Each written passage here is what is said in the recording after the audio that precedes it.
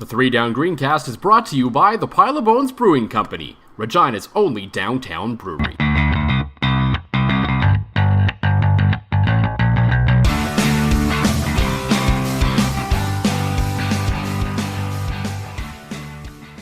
So, I don't really like to do this, but we have to open the show on a bit of a somber note, as I have to apologize to our single-digit number of listeners, as it appears that after a week hiatus, John Fraser has in fact returned to the show after what was probably our best and most credible episode ever, thanks to CJME's Ariel Zur for pinch hitting once again.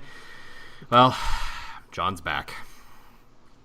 Well, I'm back to drag the quality and credibility right back down to the sewer. I do have to admit, if you want a credible podcast, you should probably fire me and replace me with Ariel, because she was amazing as always. One of the best football writers in this country out there. Give her a follow if you aren't already, Rider Nation. Yeah, and so, I mean, it goes without saying that last week was one of our best episodes, statistically as well. I mean, we don't really follow the numbers that closely around here to see how many of you were actually listening for how long, but it certainly was off the charts last week compared to a lot of our other stuff. So thanks to everyone for listening, and John, I guess that means you're probably on notice right now. Yeah. I think the pink slip is in the mail, but thankfully I gave them my mom and dad's address in Northern Ontario when I signed up to do this podcast. So it takes like a week just to get up there, then like another week to get out to me in Saskatoon. So I'm good for at least like 2 more weeks.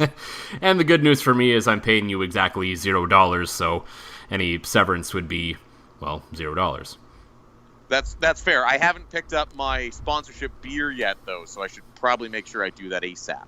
Yeah, well, we'll see. So there's a lot to get to this week, as there always is, as the Riders, for a lack of a better term, kind of surprised the world last week when they beat the Hamilton Ticats, when the expectation was they were going to lose that game, and there was every indication that they probably, well, even the way the game played out, they should have. We'll get to that in a little bit. John's been chomping at the bit here to rant about Duron Carter and everything that's been going on there since he was a slacker last week and wasn't on the pod, so I will give him a little bit of a chance to do that. And woohoo! Since they're on a bye week, we're going to then kind of just go into what's going on around in the CFL right now a little bit. There's a couple stories, I think, especially if you're talking about quarterbacks in this league, the return of Matt Nichols and what he was able to do against BC, but that was BC. And I think more interestingly, what's going on in Toronto. No, not the turf, though we probably should get into that. But the emergence, finally, getting the chance, getting it to prove what he is in James Franklin and how that kind of reignited the Toronto offense last week as well, as they took down a pretty good Edmonton team after looking pretty lackluster through their first 2 games. But as always, as we like to kick off this show, we talk about a little bit of what's in the glass this week, John. Water this week. As you alluded to, I was on a week-long hiatus because I was on vacation, spending time with family and friends at a cabin in Northern Ontario, where I had more than my fair share of our sponsor, Pile of Bones' products, along with some Great Western products and some whiskey and some rum and some... Well, let's just say I got back home yesterday, and even after dealing with a burst pipe in my kitchen, I still don't really have the taste for alcohol. In fact, Joel, I would say I am nowhere near championship levels of hydration right now. So for the first and only time in this podcast history, until I go on holidays next summer, I am currently consuming water. Saskatoon tap water. Needless to say, that's the situation is not helping your status on the notice list. Because clearly you do not have the liver and the drinking capabilities of a true sports analyst. Because most of us would just continue on and it's fine. I had a beer. We were at a restaurant, and I had a pint of actually Nokomis. Had a pint of that along with my chicken wings. And even that, I'm like, this is a tasty beer, but my liver's just going, no more, please. So at this moment, I am drinking water.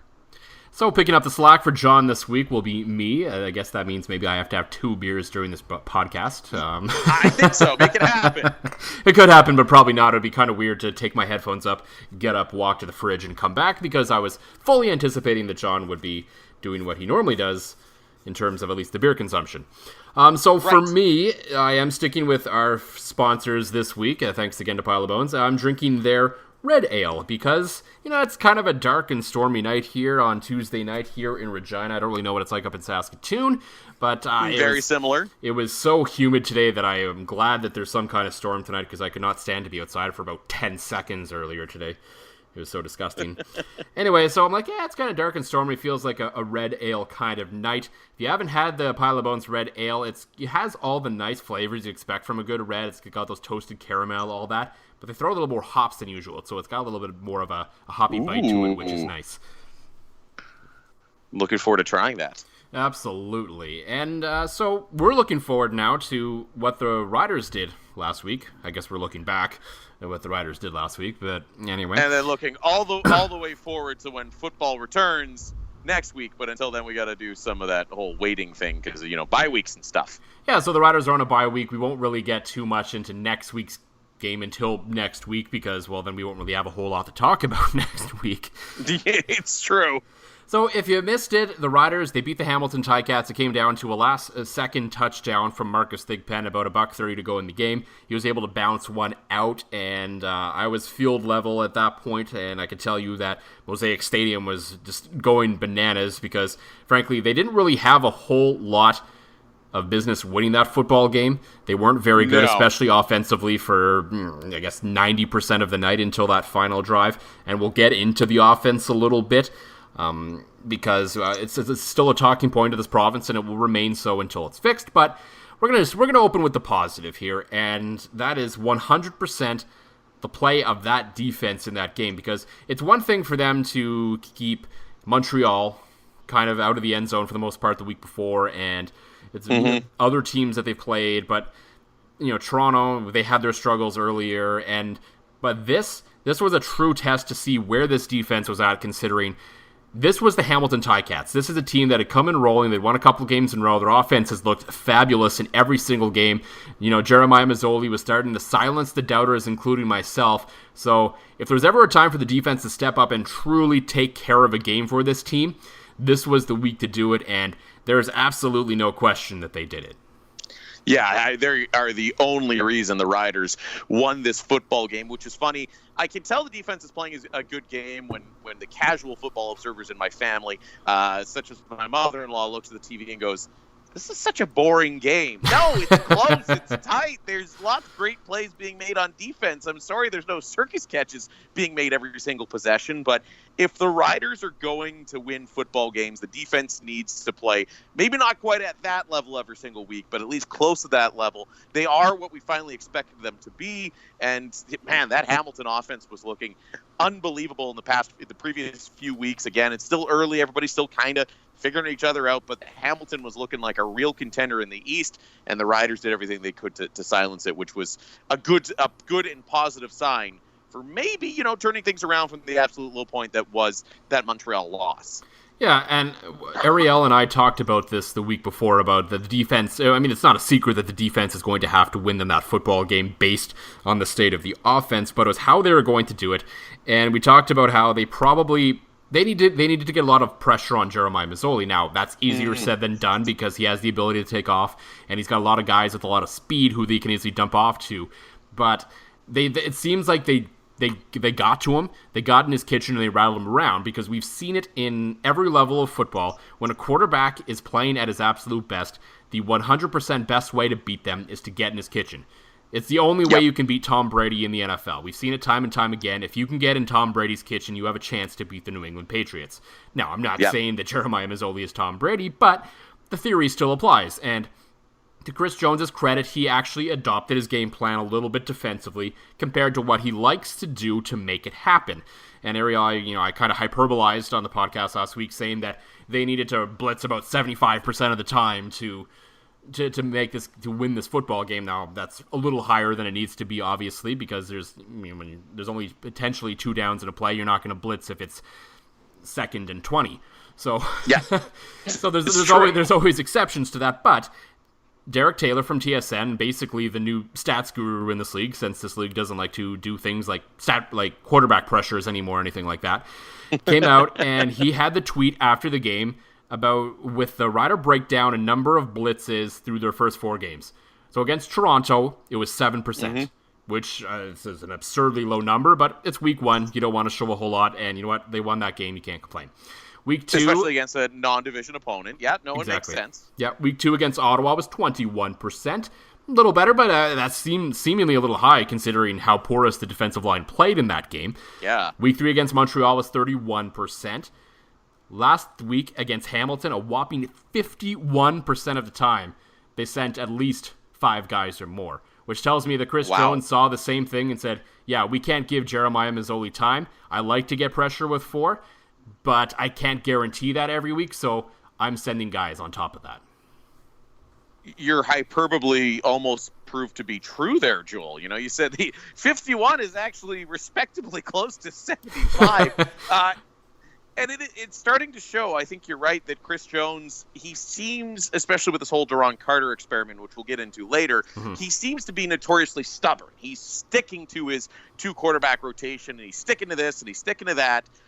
And one thing he's always stuck with is just getting pressure based on good defensive line play and good defensive scheming. But maybe he's noticing something that the rest of us are. Maybe he's seeing something on film that he's going, okay, we got to start sending these guys. We got to start blitzing more to make the defense work this year with the personnel that we have, notably a bit of a weak linebacking core.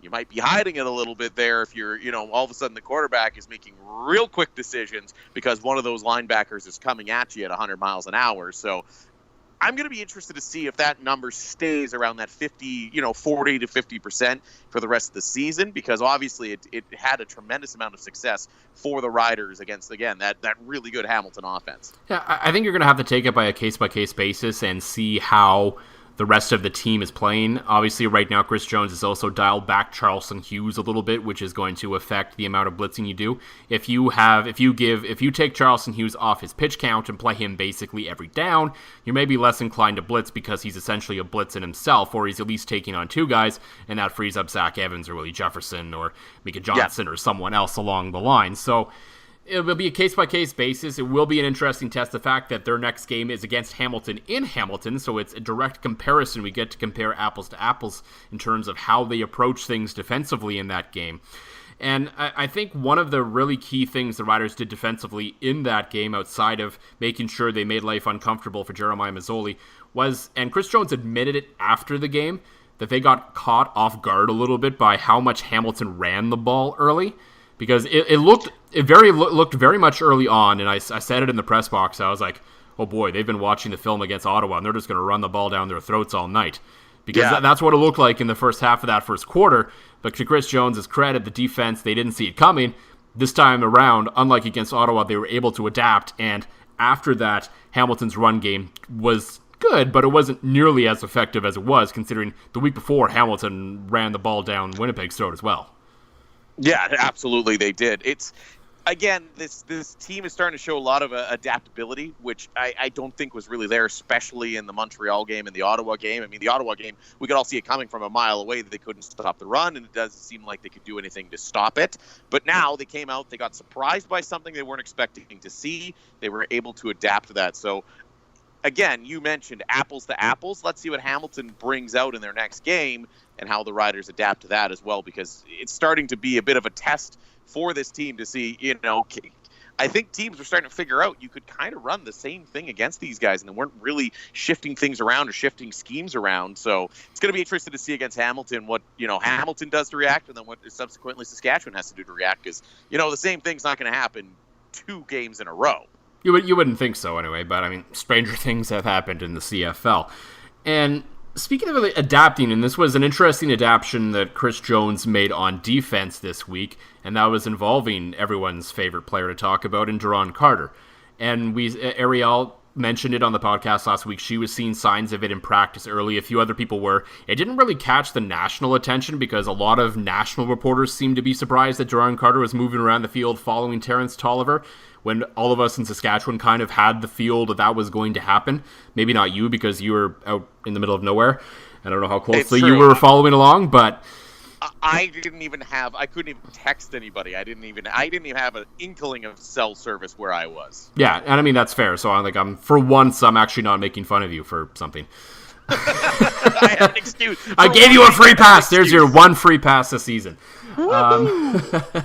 But no, and so we'll get into the merits still about Duron Carter playing defensive back. But if you have to play him at defensive back, which right now Chris Jones feels he has to, that was probably the change that had to be made to make it happen, because they actually put Carter in a position to succeed. Now, in the CFL, it's very different to see a defensive back match up against a receiver throughout the course of an entire game. Usually you see that kind of thing in the NFL, but it's usually a defense wants their best lockdown DB on the other team's best receiver most of the times. Occasionally, coaches will try to work a receiver on DB matchup, but more often than not, you want that lockdown DB on the best receiver. In a sense, the Riders did that because they had Ed Gainey on Brandon Banks for most of the night, and while he picked up his yards, was relatively ineffective, so Ed Gainey deserves a ton of credit for being able to put up with that speed basically all night. But Duron Carter wasn't bad. He wasn't a game changer. There was one play where he made a nice play, but Jeremiah Mazzoli, if he had an extra yard or two on it, Tolliver might have been able to make the catch in the end zone. So it worked, is basically what it came down to. Chris Jones is willing to admit to a degree that what he was doing with Duron Carter wasn't working, and it was time to switch it up and make sure that he was in a position to win by going up against a guy that he felt was a better matchup for Carter than, of course, what Hamilton would have gone for. Was they probably would have placed Brandon Banks on Carter on that cornerback spot the whole game and just did what Chris Williams did to them the week before. Now here's the thing with Duron Carter right now, and I was gonna, if I was around, I was gonna say it last week. He needs to shut up and play offense. And I mean this in more ways than one. For one, congratulations. You made the Riders adjust their entire defensive scheme to hide the fact that you are an average defensive back. Now, that's fine. That's impressive. You can be a great wide receiver, but at best you are an average defensive back. The thing, and normally I'm very vocal for defending Duron Carter. I like his personality. I like his interaction on social media. Man, I'm a fat podcaster. I'm not even good at podcasting. I'm not good at reporting. I'm the first one to admit that. To continue running your mouth on social media like you are God's gift to defensive backs, like you are the second coming of the greatest DBs that have ever played this sport, man, you need to admit it. You're average at it. Just average. Again, impressive that you're average. Go back to playing offense. What Duron Carter needs to do, what Chris Jones needs to do, they need to take this extra week to pull their heads strictly out of their asses about this experiment of him playing defensive back, and it needs to end if the Riders want to continue succeeding this season. Go out. You just signed you signed a defensive back. Go and sign all the defensive backs. Stash them on your practice roster. I'm sure if you go out and sign 3 or 4 guys, you can stash some ex-NFL guy, some ex-U Sports guy, some ex-NCAA guy on the third most targeted receiver for any team in the CFL, and at least get the equivalent performance out of Duron Carter, and let your playmaker go back to playing offense. Duron, you might be the best offensive player in the league. You're not a very good defender. So shut up. Stop running your mouth. Stop calling guys out on it. Put your head down. You've taken your lumps. Go back to being what you are. You feel better now? You've been waiting a long time to speak on this. Oh, I feel so much better. I almost need a drink now. Unlike last time you were on this podcast, I actually let you go, unlike your parking ticket where I cut you off like 10 seconds in. That's fair. That actually made me laugh quite comically, though. I'm like, oh, I wonder how much of this Joel let go. So that whole thing stays in, though, right? Oh, yeah. I mean, that'll be way too much editing at this point. We still got another at least 10 minutes to go in this podcast. So I kind of like just to edit the start and edit the end and then just post it. So boom, done. Yeah, and I mean, I don't disagree with what you said. Now, I honestly think deep down inside, Duron Carter probably wants to play offense instead of defense because the glory, everything that he likes is there. More so, you get a lot more press and attention and love for making a circus catch and scoring touchdowns than being in tight coverage and not being thrown at all night. Just ask Terrell Mays in his prime when he was here with Saskatchewan. The guy probably should have been the Riders' Defensive Player of the Year nominee a couple of times and barely even got a lick of a vote because, well, the ball was basically never thrown at him. So it's true. So, I mean, that happens. And I think what we saw from the Riders in that game and what the Duron Carter situation has evolved into is, okay, yes, as you said, he can be an average defensive back, which is fine. As you also said, you can find average defensive backs. I mean, the Eskimos signed a guy last week and played him right away, so, I mean, it's not impossible. But either way, this is what's happening, and what's the bigger problem for them right now is that, not that Duron Carter's hurt them on defense last week, is just he still is clearly badly missed on offense, as they have two quarterbacks, and we'll get into that rotation in a second, but they have two quarterbacks who have accuracy issues, we shall say. And what helps a receiver, what helps a quarterback who has accuracy issues? A guy who can catch anything within about a 5-mile radius of his hands. Yes, absolutely. And that I think would be the tonic the Rider offense needs. And then it allows, Naaman Roosevelt to maybe see the team's second best defensive player starting to get some better looks. At least makes you think everybody. About someone else. Because right now it's okay, we'll have our best guy. We'll put a guy on Naaman Roosevelt, and we'll make sure that the safety help is over top on Naaman Roosevelt and force someone else to beat us. And frankly, no one else other than like the odd play from Shaq Evans and Joshua Stanford made. So, a couple nice plays in 2 weeks from two receivers, but really that's about it. None of the other guys have stepped up and been able to provide that support for Naaman Roosevelt. Absolutely. Absolutely.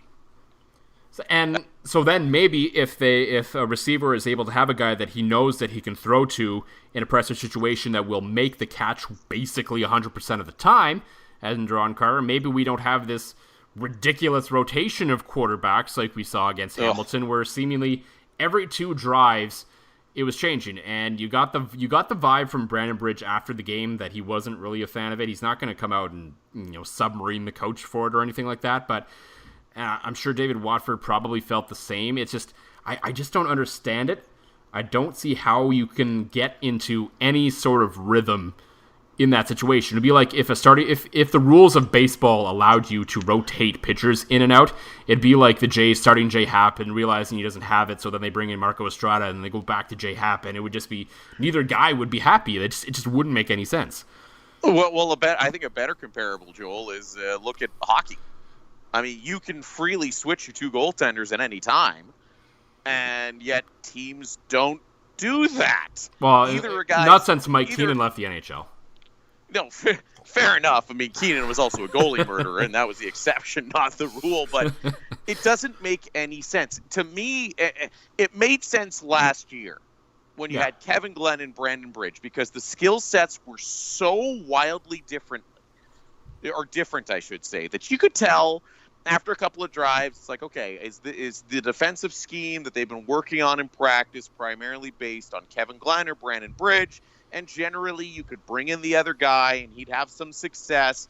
Maybe they'd adapt, and they'd bring in the other guy and just keep, you'd kind of keep people on their toes. Now, Watford and Bridge are both just young, inexperienced, having accuracy issues, as you mentioned, with their best receiver playing defensive back right now, and it's not helping anything. I would say, as you mentioned, teams can basically say, yeah, okay, here's the safety help over Roosevelt, and away they go. So I think with young guys, you gotta live by him, you gotta die by him, you gotta let them figure it out for a game. Let them know, okay, you're going to be the guy pending injury or terrible ineffectiveness. I mean, it's just this quarterback rotation. I mean, It won them a game against Hamilton, but I don't think they bring such different skill sets to the table that it's a good idea, or an idea that is going to, here's hoping Zach Collaros gets back soon, because this could really torpedo the season, I think, if it keeps going on. Yeah, we've talked about this ad nauseum, that they are essentially the same quarterback. Brandon Bridge has a little more experience, so he has that working in his favor. And based on what Chris Jones said after the game, it didn't really sound like he was going to change his thinking on this. That he was going there. They said they're going to keep grinding away at it until they figure it out. And I could see making a switch of, say, okay, it's been, let's say you started Brandon Bridge for 3 games, and for 3 straight games he's struggling, so halfway through the 4th game, it's like, okay, it's not working. Let's throw in David Watford and see what happens. Sure. I have absolutely no problem with that. But to do it so often, like the first game against Montreal, they made the switch at half, that's one thing. But to be making the change on average, say every 3 drives, I don't know the exact number, but it's just insane. There's no other way to put it. It absolutely is. And you brought up basically the exact situation that the BC Lions are going through right now. I mean, I get it. It's complicated slightly by Travis Lulay's injury, but they've got Jonathan Jennings, who is starting to look more and more like a one-year guy every single week. But there's a guy, he's young. The godfather of coaching the CFL, Wally Buono, has basically given him the early season. He has struggled, and now they're looking at making the switch. That's what you have to do. I get it. The plan was never to have Brandon Bridge as your starting quarterback the minute that they, obtained Zach Collaros. But given Collaros' history, it was bound to happen for a stretch at some point. I think that's fair to say. And so when that happened, you had to be prepared, and you have to say, okay, this guy's a young quarterback. We have to be patient with him, and it's just not happening.